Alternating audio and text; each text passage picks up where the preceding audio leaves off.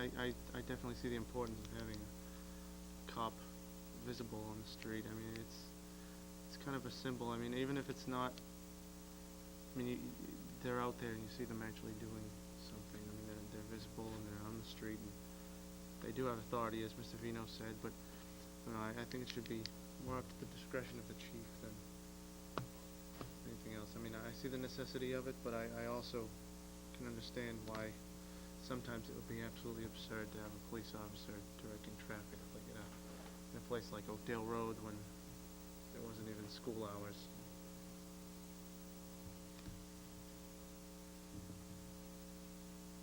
Do you support the petition, Mike? That's the question. Well, I'm not sure if I could support it if it just says we're just going to eliminate details altogether. I mean, I'd like to see something modified and take a look at what we could do to make it more equitable. I don't know. I'll have to see some really hard numbers before I can say anything. I don't think the proposal would be to eliminate police details. It's to allow flagmen. Right now, we don't have the opportunity to have flagmen. And in order to do that, we need a local bylaw to allow for that. As Joe's aware, this isn't the first time it's come up. No, I know it, and I expect it to come up again. And I recall proposing this a while back, and again, it wasn't passed at town meeting. It didn't prevail, and the arguments haven't changed. Just the economic climate has, I suppose, and maybe the thought process. There certainly is a need for police officers in certain situations, and in certain details, and heavily traveled areas. And I went through a few of them the last few days where, thank God, there was a police officer there as opposed to maybe a flagman, because it was hectic, and it does have an impact when you have a uniformed police officer in some situations. But in other situations, it's not warranted. And I live in the other end of Mead Road for Mr. Harris, and again, we had a police detail at the corner of Mead and Ivy Street, which is a dirt road. And again, he may have 3 cars go by he can by his house. During the course of the day, there may be 15 or 20 by mine in the course of a day, and it's only the local residents that go through, or the pizza delivery guys who drive too fast sometimes. So during the detail, maybe they can arrest the police, the pizza guy. But there are certain instances where flagmen would certainly serve a useful purpose. And as far as the costs go, it's depending upon your luck of the draw here in the town of North Reading, the way that it's operated now, at the discretion of the chief, he calls for a detail, and then whoever gets the detail is based upon, seniority and whether they fall in the rotation. And depending upon the luck of the draw, it could cost you anywhere from $43 to $52 an hour for a police officer to be on the detail. And then there's a minimum, too. In the minimum 4 hours. Yeah. In a minimum 4 hours. And that isn't just, that I'm not talking about doing a police detail for the DPW during the course of the day, because, the time and a half is time and a half. They're still an employee, and they're on the books for the town of North Reading, so we'd have to pay them time and a half. But the detail rate was a bone of contention years ago during the contract negotiations, where we attempted to get them to cap it. I mean, state police officers are capped at $40 an hour. It used to be 28 for years. They're at $40 an hour. So a state trooper costs less than a patrolman in North Reading for police detail. And again, through no fault of the union or the members of the collective bargaining agreement, and even the administration, we've done the best we can over the years in the course of negotiations to come to what we believe is a fair and equitable agreement. But that fair and equitable agreement costs people money. If you're getting a new driveway put in and you live on Haverhill Street, you require a police detail. And the police detail is going to cost you a minimum 4 hours, and depending upon who you get, it's going to be the $43 an hour or $52 an hour. That's an added cost that's borne strictly by the property owner, because the contractor is going to pass that cost along. Same thing with the utilities. The utilities that are mandated to have police officers as opposed to flagmen pass that cost along to us. So there are savings to be realized. Public safety is important, needs to be considered, but I think we have to get pretty practical about it. And we're one of one state or 2 states in the union? One state. We're the only state in the union that don't allow flagmen. I don't know. I think it's the time has come to take a good hard look at it and provide the option to the chief to determine whether or not police officers necessary. savings are definitely gonna be realized by the personal property owners when they have, contractors working on their property. The public as a whole, when it comes to our own details, at times maybe a DPW, job on Mead Road might not require a police officer but a flagman. Again, we can contract out and it's not an employee. Same thing. So the taxpayers can save, the homeowner can save, the police officers can still do their job. And it's not gonna take it all away, but it certainly provides the community with an option, and the chief with an option to do so. So I think it's worth consideration again. So I'd asked the question earlier, is this something that we want to, I wanted to get a feeling for where the board wanted to go with this, because I think that you gotta have an appropriate set of language, put it in, and we're running out of time. Do we wanna reserve a slot here, or do we wanna contemplate doing it at the April town meeting? I think it's most appropriately addressed at October town meeting. It's an October town meeting issue under the charter. Yes, And- that's true. And again, I think if we look back a little ways, we'll find a model for an article that was previously presented and already approved for language-wise from town council. Maybe it's changed a little bit, but it wouldn't take much to do it. Again, I don't think we're the first ones to contemplate this either, and I would think Copeland and Page should be able to assist us pretty quickly. Could I just Yes, sure, respond to a couple of comments? I mean, I don't mean to belabor the issue here. No, that's fine. I mean, because you know what That's side I do stand on. But, you know, I heard Steve mention that the state police have a cap of $40 an hour. Well, it'd be interesting to compare the two contracts to a North Reading police officer and a state police officer. I'm sure the state police salary is much higher. It is. Yeah, it is. And, well, then they agreed to this cap, because they're making a much bigger salary. I just didn't want to leave that laying out there, that, you know, and a lot of these benefits that police, fire, town work, I'm not just saying, a lot of these benefits that our town employees, I want to say, were gotten on years where they got minimal, they never got no pay raise, but where they got a very minimal pay raise. And this was a benefit that was given to them. Okay, we will let you have this benefit or have this benefit. You know, when the general public may have gotten, and I'm going back a few years, I realize this, 5%, and the town was given 3%. You know, this is how these things came about. Because I know, I lived through it. So I know, that, and you did too, Steve. So I mean, I lived through it. So I mean, we cannot say they shouldn't have it because they've got it. Because that's not the way we can look at it. We have to look back, and this is not an easy thing to do, and see why they have it.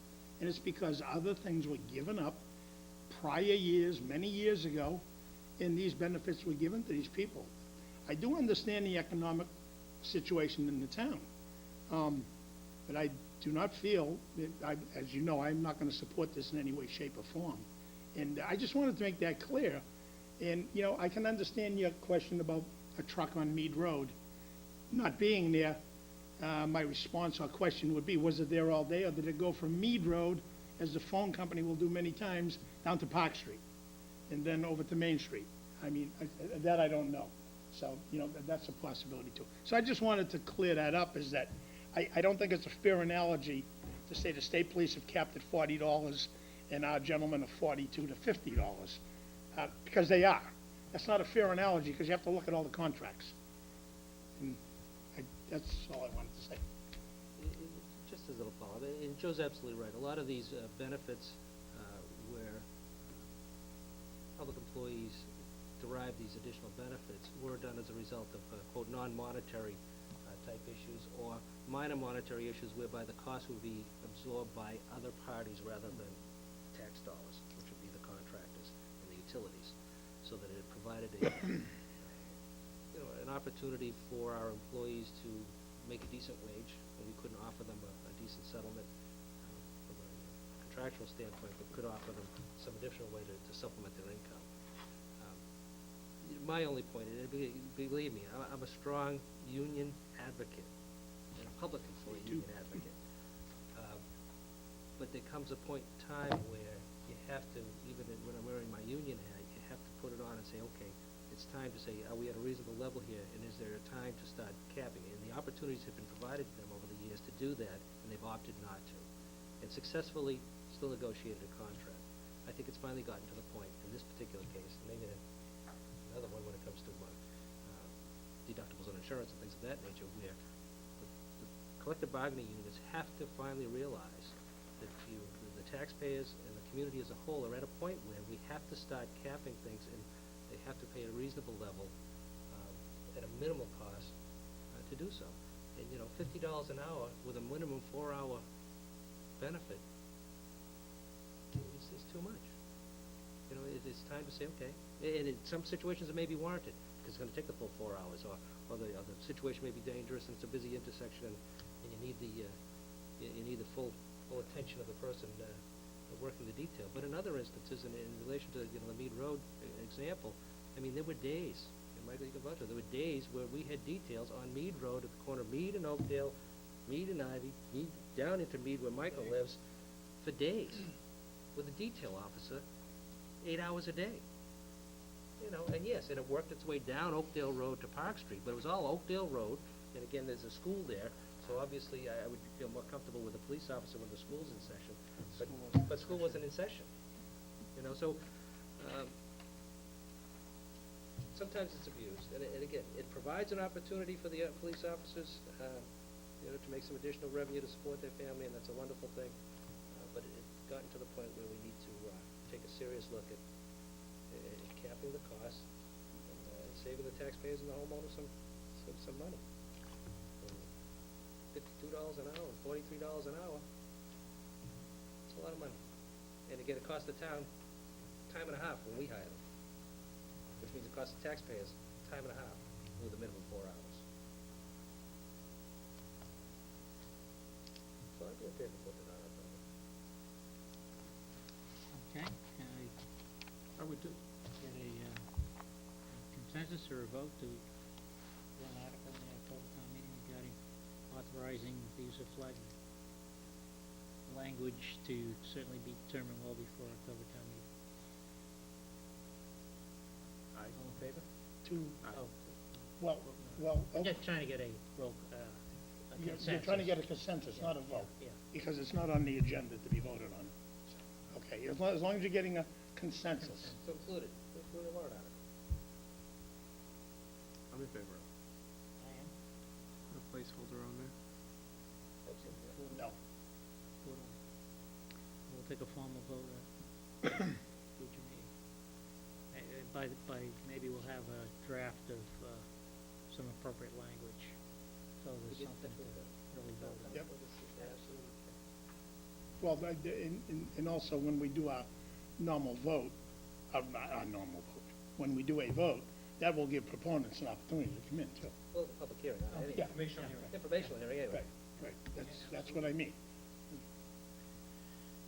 Mr. Chairman, there's one article I didn't put on here, and we've talked about it a lot, and I haven't forgotten about it. I'm just assuming that the sewer project article, in some way will find its way onto the warrant here? I don't think so. I talked to Dave, I think the meeting, the public hearing we had, on it, proves that a lot more work needs to be done. There's been some effort to try to, and it's been difficult to do this in the summer months here, to get, some real activity going, meeting with, other benefactors, and then I think we've got to attract a group of people that aren't directly betters to the project, and get a reading from a mix of people that are going to be asked to support a program of share.